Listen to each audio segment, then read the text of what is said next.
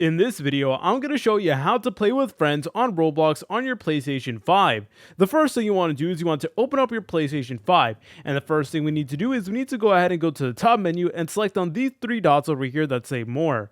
Once you're over here, go ahead and press on settings. Then you want to make sure that cross-platform play is actually turned on. Please make sure that you have this turned on because this will allow you to play with people regardless of whether they're on an Xbox, a mobile device, or a PC.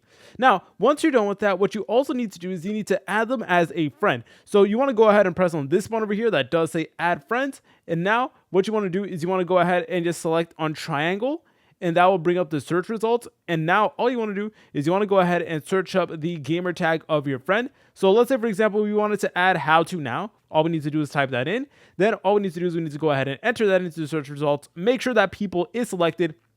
And then from here, you will be able to see all of the different people that we can go ahead and add. So yeah, from here, all you need to do is just add them as a friend by just pressing on add friend right over here. Then they should get a friend request sent to them. And then from there, they need to accept your friend request. And then after that, you guys are able to go ahead and actually play Roblox together on your PlayStation 5. It's incredibly easy.